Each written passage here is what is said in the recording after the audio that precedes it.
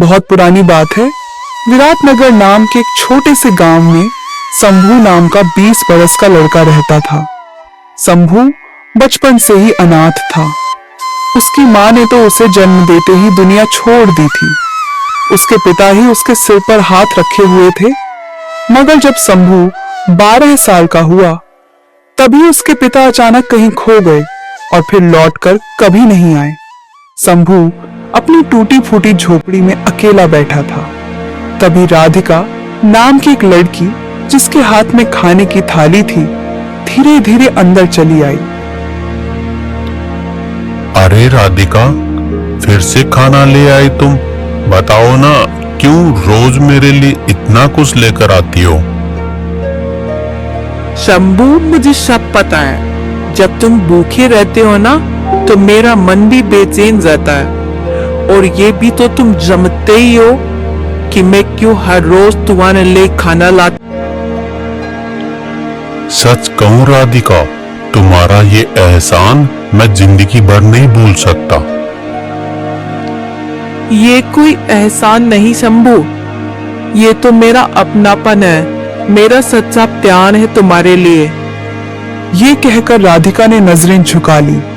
कुछ भी बोले बिना धीमे कदमों से झोपड़ी से बाहर निकल गई। कुछ पल बाद शंभू भी सोच में डूबा झोपड़ी के बाहर आया। बाहर कदम रखते ही उसने देखा गांव का मुखिया सिर पर पगड़ी बांधे खड़ा उसे घूर रहा था। अरे शंभू, पेट भर लिया कि नहीं? खाना वाना खा लिया ना तुमने? जी मुखिया जी, आपकी बेटी राधिका अभी कुछ देर पहले ही मेरे लिए खाना दे गई है। बहुत अच्छा किया बेटा। अब तुम बड़े हो गए हो शंभू, खुद का ध्यान रखना सीखो, यही सबसे जरूरी है। मुखिया जी, 12 बरस की उम्र से अब तक आप ही मेरा सहारा बने रहे हैं, लेकिन अब मन में शर्म सी होने लगी है। अब मैं भी कुछ काम में हाथ बटाना चाहता हूँ। बिल्कुल ठीक कह रहे हो शंभू बेटा, कब तक ये दूसरों के सहारे बैठोगे? देखो, गांव के पास वाला जंगल अब पहले जैसा डर भरा नहीं रहा। अगर दिल करे तो वहां जाओ, मोटी मोटी लकड़ियां काट लाना या मधुमक्खियों का छत्ता देखो तो थोड़ा शहद भी लेते आना। मेहनत करोगे तो पेट भरने का जुगाड़ अपने आप हो जाएगा। हाँ मुखिया जी, अब बैठे बैठे पेट भरने का मन नहीं करता। अब बस अपना भी देखना है और अपने घर का भी। अब जो थोड़ा बहुत बन पड़ेगा वही करूंगा मेहनत से। इतना सोचते सोचते शंभू चल पड़ा जंगल की तरफ। थोड़ी देर बाद वो गांव की पगडंडी पार कर उस सुनसान जंगल में पहुंच गया। चल शंभू, पहले बढ़िया पेड़ देख ले, फिर कल कुल्हाड़ी लेकर आना, सब काट लेना। लकड़ी बेचेगा तो 2 पैसे हाथ में आएंगे। मुखिया जी ने अब तक बहुत निभाया, अब बस खुद कमाना है। अब किसी से मांगे बिना पेट भरना है। हाँ, यही ठीक रहेगा। शंभू बस इतना ही बड़बड़ा पाया था कि तभी उसकी नजर एक पेड़ के तने पर पड़ी। वहां एक मोटा सा कीड़ा चुपचाप बैठा था।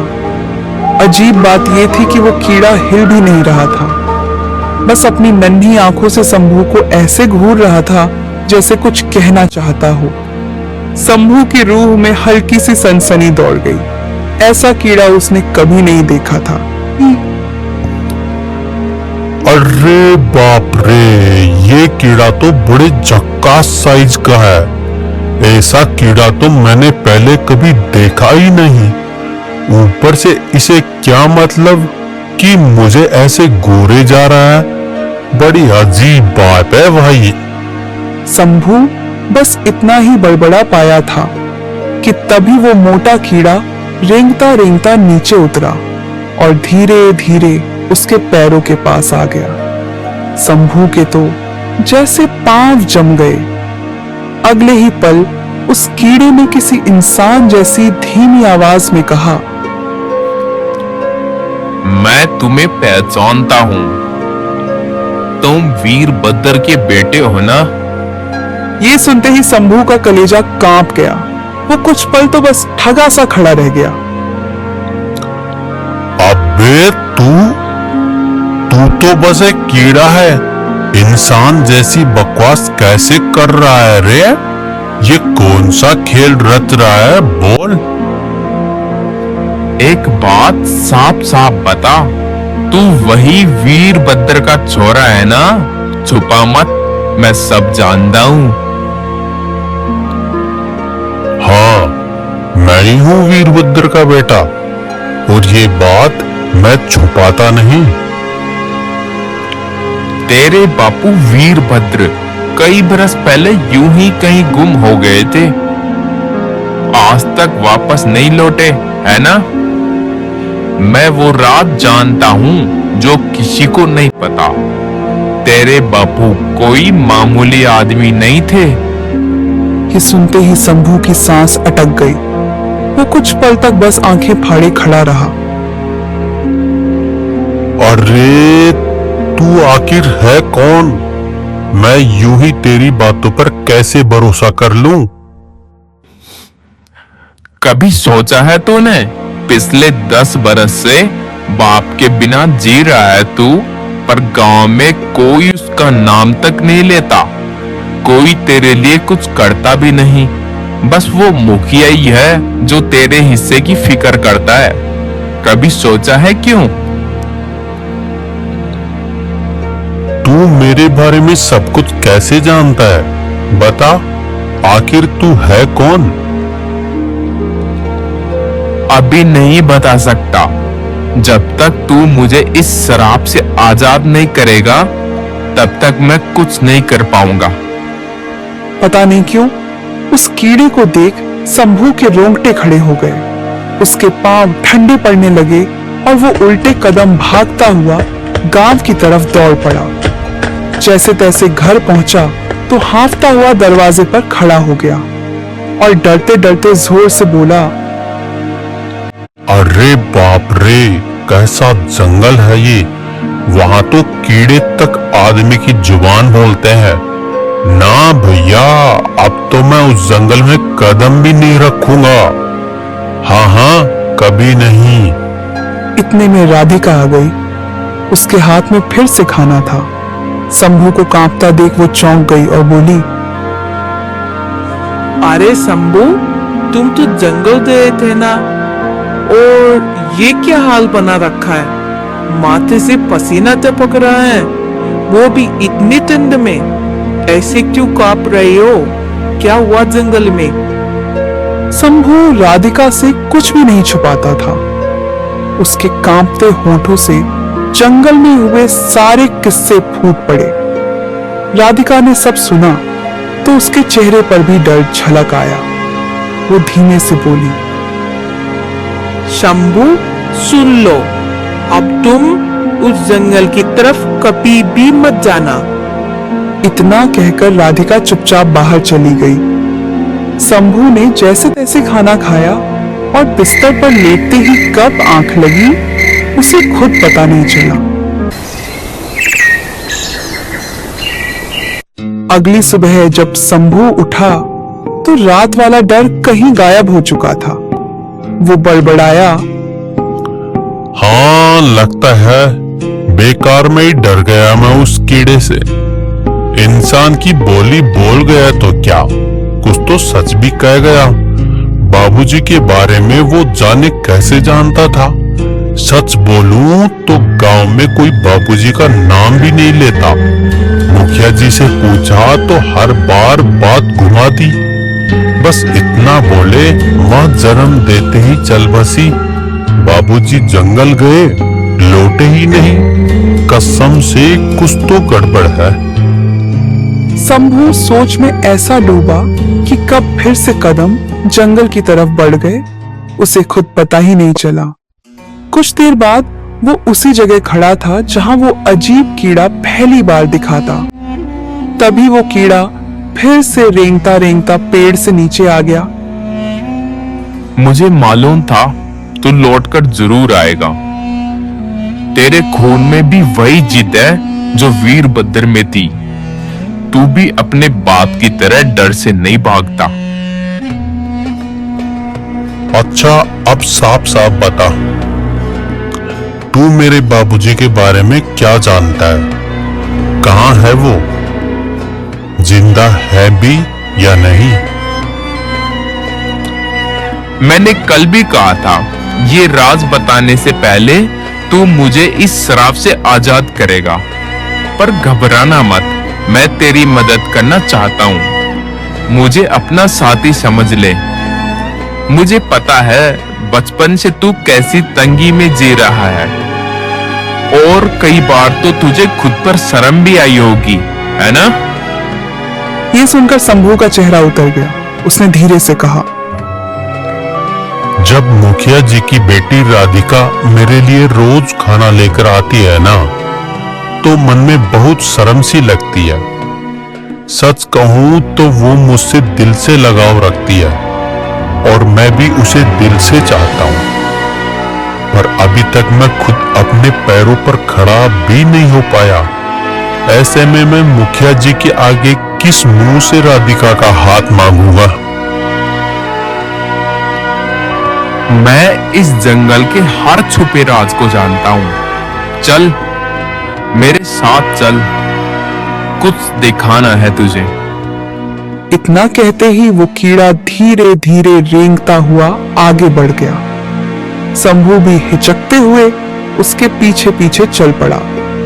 कुछ देर बाद कीड़ा एक अंधेरी गुफा के मुहाने पर जाकर रुक गया। फिर मिट्टी पर सरसराता हुआ बोला, यही वो जगह है शंभू। अब तुझे इस जगह को खोदना होगा। शंभू ने झुककर मिट्टी खोदनी शुरू कर दी। कुछ देर बाद उसकी उंगलियों को मिट्टी के नीचे कुछ सख्त सा महसूस हुआ। उसने मिट्टी हटाई तो एक पुराना बक्सा नजर आया। अब इस बक्से को खोल, देर मत कर शंभू। शंभू ने जैसे ही बक्सा खोला, उसकी आंखें फटी की फटी रह गईं। वो सांस लेना भी भूल गया। ये सब तेरा ही है शंभू। पहले तुझे अमीर बनना होगा, उसके बाद ही मैं तुम्हें बताऊंगा कि मेरा श्राप कैसे टूटेगा। फिर मैं तुझे तेरे बाबूजी से भी मिलवाऊंगा। मुझे पता है वो अभी कहाँ है। ठीक है, तेरी बात मान भी लूं, पर बता तो सही, इस काली गुफा के नीचे ये बक्सा छुपा होने का पता तुझे कैसे चला रे? ओ शंभू, जंगल की मिट्टी में जो दबा वो मेरी नजर से कभी न छुपा। तू पूछता है कैसे पता? जिसे रेंगना आता है ना, वो हर दरार में झांक लेता है। पर एक बात तो बता, मैंने तो अभी तक अपनी जिंदगी में ढंग का काम भी नहीं किया। अब अगर मैं ये बक्सा उठा ले जाऊं और रातों रात मालदार बन जाऊं, तो गांव के लोग मुझसे 100 सवाल नहीं पूछेंगे क्या? अरे यही तो पंगे हैं। अरे शंभू, उसका भी तो जुगाड़ है मेरे पास। सुन, मुखिया जी से कह देना मैं अब व्यापार करने जा रहा हूं। कुछ दिन शहर रहूंगा, फिर वहां जाकर इन हीरो को बेच दे। जब खजाना लेकर वापस आएगा ना, सब यही सोचेंगे कि शंभू ने तो बड़ा धंधा कर दिया। सवाल पूछने वाला कोई रहेगा ही नहीं। हाँ ठीक है, ऐसा ही कर लूंगा। जो तू कह रहा है वही सही रहेगा। अब एक बात तो बता शंभू, कहीं अमीर बन के मुझे भूल तो नहीं जाएगा ना? अरे भूलूंगा कैसे? मुझे तो दौलत से ज्यादा अपने बाबूजी से मिलने की आस है। इतना कहकर शंभू ने वो बक्सा उठाया और चुपचाप गांव लौट आया। अगले दिन सुबह वो सीधा मुखिया जी के घर पहुंचा और धीमे से बोला, मुखिया जी, मैं सोच रहा हूँ इस बार राज्य जाऊं, थोड़ा बहुत व्यापार व्यवस्था सीख लूं। अरे शंभू, तू तो कभी गांव की चौपाल से बाहर नहीं गया, और व्यापार, उसके लिए पैसे चाहिए बेटा, समझ चाहिए। तू संभालेगा कैसे? मुखिया जी, मैंने कभी गांव के बाहर पैर नहीं रखा, पर इस बार रखूंगा। राज्य जाकर जो भी हाथ लगेगा मेहनत करूंगा, मजदूरी करूंगा, छोटा बड़ा जो भी काम मिलेगा। पर एक बात ठान ली है, लौटूंगा तो कुछ बनकर ही लौटूंगा। ये सुनकर मुखिया जी कुछ पल चुप रहे, फिर हल्की मुस्कान के साथ बोले, अगर तेरे इरादे सच्चे हैं शंभू, तो भगवान भी तेरे साथ है। जा बेटा, मेरी दुआएं तेरे संग हैं। फिर शंभू ने वो बक्सा छुपाया और गांव से बाहर निकल पड़ा। रास्ते में राधिका उसे मिल गई। शंभू, एक बात बताना, राज्य जाकर कहीं मुझे भूल तो नहीं जाओगे? ये सुनकर शंभू ने पहली बार हिम्मत जुटाई और धीरे से जवाब दिया, राधिका, मैं जानता हूँ तू मुझसे दिल से लगाव रखती है, और सच कहूँ तो मैं भी तुझसे बहुत प्यार करता हूँ, बस कभी कहने की हिम्मत नहीं जुटा पाया। मैं ये राज्य इसलिए जा रहा हूँ ताकि लौटकर तेरे बाबूजी से तेरा हाथ इज्जत से मांग सकूं। मैं भगवान से दुआ करूंगी शंभू, तू अपने मकसद में कामयाब होकर लौटे। शंभू हल्की मुस्कान लिए गांव की पगडंडी पार कर सीधा राज्य की तरफ बढ़ गया। वहां पहुंचकर उसने एक सराय में डेरा जमाया, फिर बक्से से कुछ हीरे निकाले और पास की बस्ती में एक जौहरी के ठिकाने पर जा खड़ा हुआ। अरे बाप रे, ओ शंभू भैया, ये क्या लाए हो? ये तो बड़ा ही बेशकीमती हीरा है रे। कहाँ हाथ लगा तुम्हें ये खजाना? अरे जोरी भैया, ये हीरे मेरे बाबूजी के हैं। वो हीरे जवाहरात के बड़े कारोबारी थे उस जमाने में। अरे शंभू भैया, कोई बावला ही होगा जो ऐसे चमचमाते हीरे न खरीदे। मैं तो कहूँ जितनी कीमत मांगोगे उतनी दूंगा, बस माल मेरा हुआ समझो। जौहरी ने शंभू को उसकी बताई कीमत से भी ज्यादा दे डाली। शंभू कुछ दिन राज्य में ही रुका और बाकी हीरे बेच बेचकर देखते ही देखते अमीर बन गया। फिर एक दिन वो अपने गांव लौटा। शंभू को ऐसे बदल कर देख मुखिया जी और राधिका की आंखें खुशी से चमक उठी। कुछ ही महीनों में शंभू की टूटी फूटी झोपड़ी की जगह गांव में उसकी एक छोटी हवेली खड़ी हो गई। नौकर चाकर भी लग गए। एक दिन राधिका मुस्कुराते हुए शंभू से बोली, शंभू, अब तो तू अमीर भी बन गया और लोग भी पहले जैसा दया वाला मुंह नहीं बनाते, सब इज्जत से देखते हैं तुझे। पहले जो अनाथ समझते थे अब वही सलाम ठोकते हैं। अब बता, मेरे बाबूजी से कब बोलेगा? मेरा हाथ मांगेगा भी कि नहीं? राधिका, तू बेफिक्र रह, बस थोड़े दिन सब्र कर, फिर मैं खुद तेरे बाबूजी से तेरी बात पक्की करूंगा। ये मेरा वादा है। मुझे पूरा भरोसा है शंभू, तू मुझे कभी अकेला नहीं छोड़ेगा। राधिका के जाते ही शंभू अकेले में खुद से बड़बड़ाया, एक बार बस बाबूजी मिल जाए, फिर देख, मैं खुद नहीं बोलूंगा, बाबूजी ही जाके मुखिया जी से राधिका का हाथ मांगेंगे। गांव देखेगा तब शंभू भी कुछ बना है। चल शंभू, अब फिर उसी कीड़े से सौदा करना पड़ेगा। इतना बड़बड़ाते ही शंभू फिर उसी जंगल की पगडंडी पकड़ लिया। थोड़ी देर में वो वहीं खड़ा था, ठीक उसी जगह जहां पहली बार वो अजीब कीड़ा मिला था। पर इस बार पेड़ की छांव में कोई साधु बैठा दिखा, आंख मूंदे।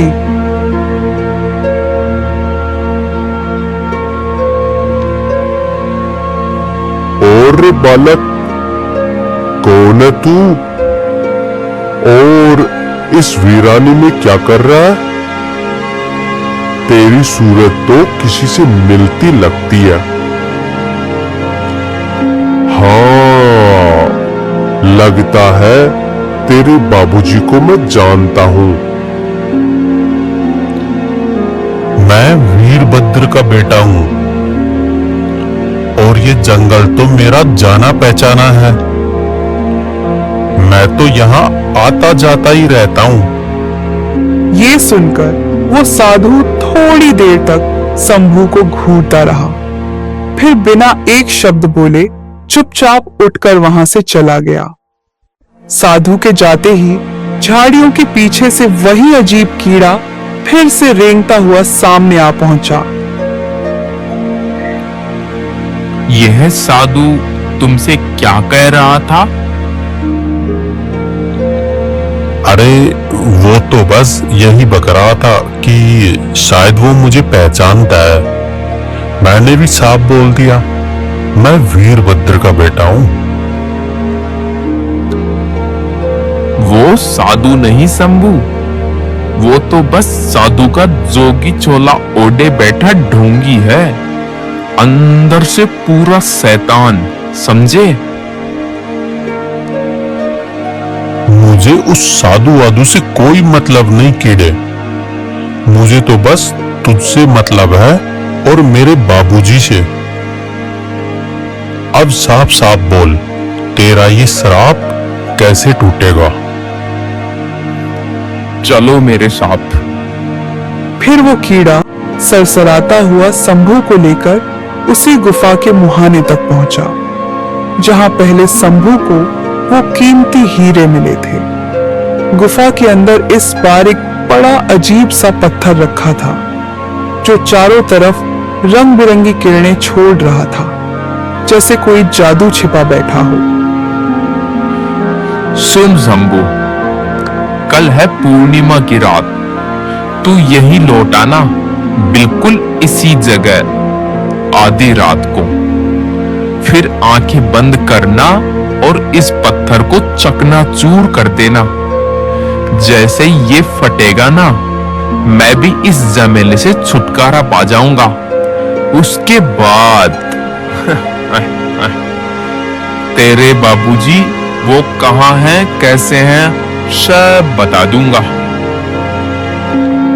क्यों रे कीड़े, ये पत्थर मैं अभी क्यों ना तोड़ दूं?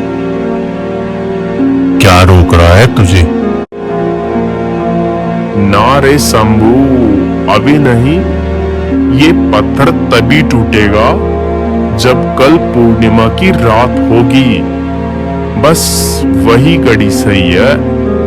इतना बोलकर वो कीड़ा अचानक रंग बिरंगी चमक छोड़ता गायब हो गया। शंभू थोड़ी देर गुफा को घूरता रहा, फिर चुपचाप वापस गांव लौट आया।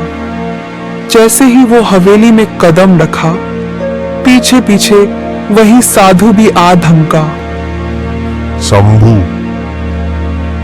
मैंने अपनी आंखों से देखा है, तू उस कीड़े से फुसफुसाकर क्या सौदा कर रहा था। हाँ हाँ देखा होगा, पर तुझे इससे क्या? तू इस बात में टांग क्यों अड़ा रहा है? सुन शंभू, तू उस कीड़े को जानता नहीं। वो कोई मामूली कीड़ा नहीं, समझा? अरे सुन साधु, सब जानता हूं मैं। जो कुछ भी आज शंभू के नसीब में है उस कीड़े के कर्म से है। वो ही तो जानता है मेरे बाबूजी कहां गुम हो गए थे। और सुन, मैं चाहे जो हो जाए अपने बाबूजी को ढूंढ कर ही दम लूंगा। शंभू, समझो इस बात को। तेरे बाबूजी अब इस दुनिया में नहीं रहे। वो कीड़ा तुझे फंसा रहा है। वो बस तुझे मोहरा बना के अपना श्राप उतारना चाहता है। ये सुनते ही शंभू का खून खौल उठा। उसकी आंखों में गुस्सा साफ चमकने लगा। ओ साधु महाराज, मैं असली साधुओं को सिर माथे बैठाता हूं, पर तेरे जैसे ढोंगी बाबाओं को नहीं, समझा? इससे ज्यादा बकवास मत कर और चुपचाप दफा हो जाए यहां से, वरना ठीक नहीं होगा। साधु कुछ बोलने ही वाला था कि तभी शंभू ने गुस्से से दहाड़ते हुए अपने नौकरों को हुक्म दिया। सुनो, इसे दरवाजे के बाहर धक्के मार के निकाल के आओ और बोल देना दोबारा मेरी हवेली के अंदर ना दिखे। नौकरों ने साधु को हवेली से बाहर कर दिया। वो कुछ कह भी न पाया। तभी बाहर से मुखिया जी और राधिका वहां आ पहुंचे। उनके चेहरे पर हैरानी साफ झलक रही थी। अरे बाबा, आप तो वही साधु हैं जो हमारे जंगल में बैठे बैठे तपस्या करते हैं। लेकिन यह शंभू की हवेली में कैसे आ गए आप? और ये नौकर लोग आपको ऐसे बाहर क्यों कर रहे थे, बताइए तो। वीरभद्र का बेटा शंभू अब तो बिल्कुल अंधा हो गया है। वही गलती फिर से कर बैठा जो उसके बाबूजी ने अपनी जान देकर रोकी थी। ये जो रातों रात इतना धन आया है ना शंभू के हाथ, सब उस कीड़े के फेर का खेल है। वो कीड़ा इसे पूरी तरह से अपने जाल में फंसा चुका है। मैंने तो कोशिश करी कि इसे सच्चाई समझा दूं, पर ये सुनने को राजी ही नहीं। बाबूजी, हाँ, अब याद आया। कुछ दिन पहले शंभू जब पहली बार जंगल से लौटा था ना, वो बड़ा डरा सहमा सा था। तब उसने मेरे कान में कहा भी था कि वहां एक कीड़ा उससे इंसानों जैसे बोल रहा था। मैं आपको बताने वाली थी, पर पता नहीं कैसे बात मेरे मन से फिसल गई बाबूजी। अरे बेटा, तूने इतनी बड़ी बात मुझसे छुपा ली। गजब कर दिया तूने। अगर वो कीड़ा अपने श्राप से छूटा ना तो पूरा गांव उजड़ जाएगा। एक भी आदमी जिंदा नहीं बचेगा। हाँ मुखिया जी, आपकी बात 100% सही है। लेकिन शंभू है कि जरा भी सुनने को तैयार नहीं। समझाना चाहा मैंने, पर टस से मस्त नहीं हुआ। चिंता मत करना बाबा, मैं खुद शंभू से बात करूंगा और उसे ठीक से समझा दूंगा। मुखिया जी बिना देर किए सीधा शंभू के पास पहुंच गए। मन में ठान लिया था कि अब इसे समझाना ही पड़ेगा। रे शंभू, ये कौन सी बात सुन रहा हूं मैं? तू जंगल में जा जाके उस कीड़े से बतियाता है जो आदमी की जुबान में बोलता है। अरे कुछ तो सोचा होता। कोई कीड़ा आदमी की तरह बकबक करे, यह भी कोई मामूली बात है? मुखिया जी, हाँ हाँ, आपको भी खबर लग गई ना, तो सुनिए। हाँ, पहले मुझे भी वो कीड़ा देख के अजीब लगा था, पर अब नहीं। और मैं जानता हूं ये सब बातें उसी ढोंगी साधु ने जाकर आपसे उगली होंगी। देखिए, पूरे 10 बरस हो गए, मेरे बाबूजी जंगल में खो गए, कोई कुछ नहीं कर पाया, पर वो कीड़ा सब जानता है। बाबूजी कहाँ हैं, कैसे हैं। मैं और कुछ नहीं मांगता मुखिया जी, बस एक बार अपने बाबूजी से आंख मिला लूं, बस। रे बेटा शंभू, तू क्या जाने अपने बाबूजी के बारे में? तुझे आधा सच भी नहीं पता। हाँ, मैं नहीं जानता, क्यों जानूंगा? आपने कभी कुछ बताया ही नहीं, गांव वालों ने भी जुबान खोली नहीं, तो मैं क्या हवा से जान लेता? अब किसी की जुबान पर भरोसा क्यों करूं? मुझे तो बस उस कीड़े की बात सही लगती है। कल पूर्णिमा है ना, मैं कल ही उस कीड़े का श्राप तोड़ दूंगा, फिर वो कीड़ा मेरे बाबूजी को मेरे हवाले कर देगा, बस। ये बोलते बोलते शंभू का गुस्सा और भड़क गया। वो पैर पटकता हुआ सीधा हवेली के बाहर निकल गया। शंभू बेटा, ओ शंभू, सुन तो ले मेरी बात, ऐसे गुस्से में मत जा रे शंभू। मुखिया जी की आवाज गूंजती रही, पर शंभू एक बार भी पीछे न मुड़ा। आखिर मुखिया जी भारी मन लेकर हवेली के बाहर तक चले आए। आंखों में चिंता साफ झलक रही थी। नहीं, अब शंभू को रोकना ही पड़ेगा, वरना वो कीड़ा अपना असली बेस दिखा देगा।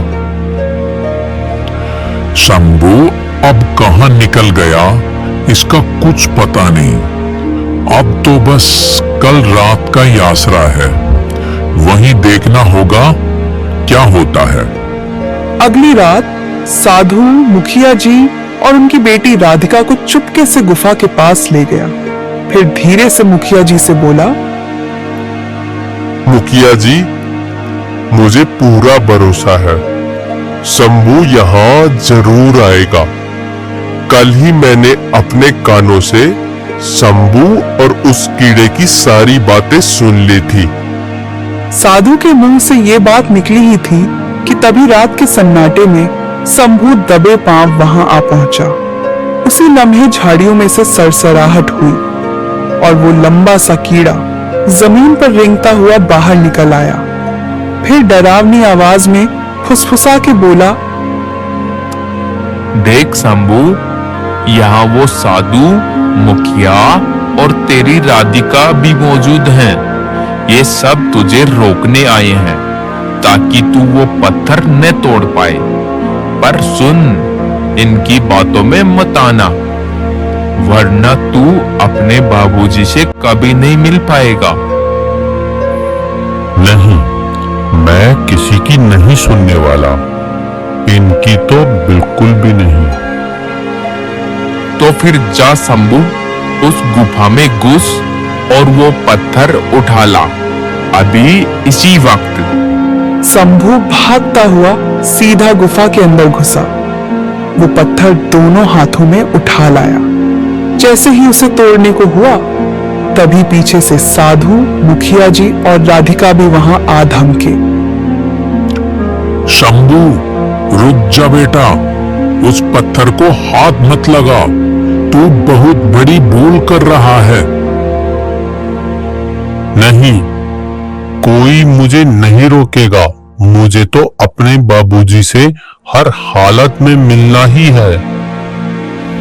शंभू, तुझे पता है आज तक तेरे बाबूजी की बात गांव में कोई क्यों नहीं करता?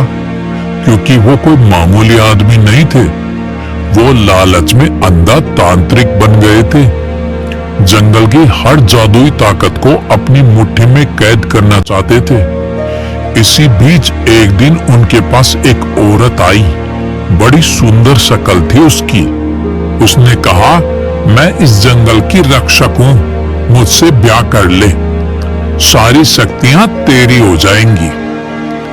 तेरे बाबूजी उसकी बातों में फंस गए, ब्याह भी कर लिया, पर बाद में पता चला वो कोई रक्षक नहीं थी। वो थी इस जंगल की सबसे भयानक डायन। डायन जो तेरे बाबूजी की सारी ताकत खुद हड़प कर गांव को तबाह करना चाहती थी। तभी एक दिन तेरे बाबूजी के अंदर बची खुची इंसानियत जागी। उन्होंने अपनी सारी काली विद्या जोड़कर उस डायन को इस कीड़े में बदल डाला। सारी ताकत इस पत्थर में बांध दी, डायन को श्रापित कर दिया और खुद अपनी जान दे बैठे। शंभू, उन्होंने ये सब गांव के लिए किया था, तुझे भी छोड़ दिया, अपनी जान दे दी, लेकिन आज तो उसी बलिदान को मिट्टी में मिलाने चला है। ये पत्थर टूटा तो तेरे बाबूजी का बलिदान मिट जाएगा और ये कीड़ा फिर से वही डायन बनकर गांव को खा जाएगी। ये सब झूठ उगल रहे हैं शंभू, सच्चाई वही है जो मैं कह रहा हूं। अगर मेरे अंदर कोई धोखा होता तो अब तक तेरे लिए इतना क्यों करता, बता।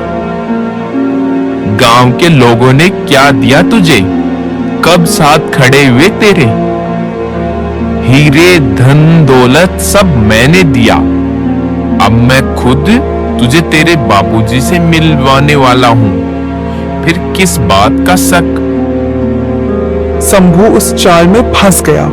कुछ पल तक उसे कुछ सूझा ही नहीं। फिर उसने वो पत्थर जोर से जमीन पर दे मारा। यही पल वो रेंगता हुआ कीड़ा रंग बिरंगी किरणों में बिखरा और एक झटके में भयंकर डायन का रूप धर लिया।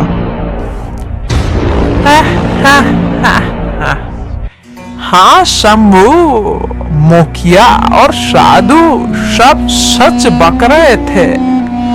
तेरा बापू भी बड़ा मूर्ख था जिसने मुझे इस कीड़े के रूप में जकड़ दिया और खुद मर खप गया।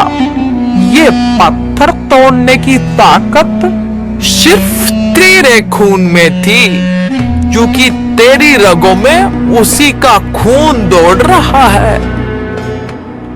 शंभू, तूने बहुत बड़ी भूल कर दी बेटा, पर अभी भी वक्त है संभलने का। अगर सच में अपने बापू के बलिदान को बचाना चाहता है तो तुझे अपनी जान देनी होगी।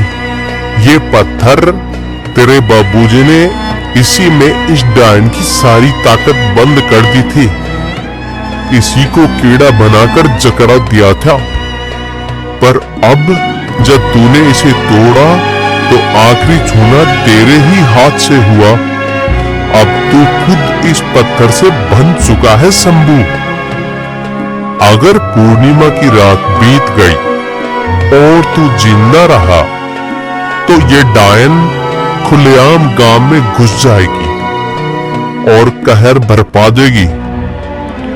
अब फैसला तेरा है बेटा, अपनी जान देकर गांव बचा या सबको तबाह कर। ये सुनते ही शंभू की आंखों में पानी भर आया, दिल कांप उठा। मुझसे बहुत बड़ी गलती हो गई। मैं तो बस अपने बाबूजी को देखना चाहता था। अब सब तेरे हाथ में है शंभू। गांव को बचाना है तो सुन, यहां से थोड़ी दूर एक गहरी खाई है, तुझे उसी में कूदना होगा। बस तभी ये डायन राख बन जाएगी और गांव सलामत रहेगा। तुम ऐसा नहीं कर सकते। पर शंभू ने दिल में ठान लिया था, गांव को बचाना ही होगा। वो भागता हुआ सीधा उस गहरी खाई के किनारे पहुंचा और बिना पलटे छलांग लगा दी। जैसे ही उसका शरीर खाई में समाया, टायन की चीख गूंज उठी। लपटों में जलती हुई वो राख में बदल गई। राधिका की आंखों से आंसू बह निकले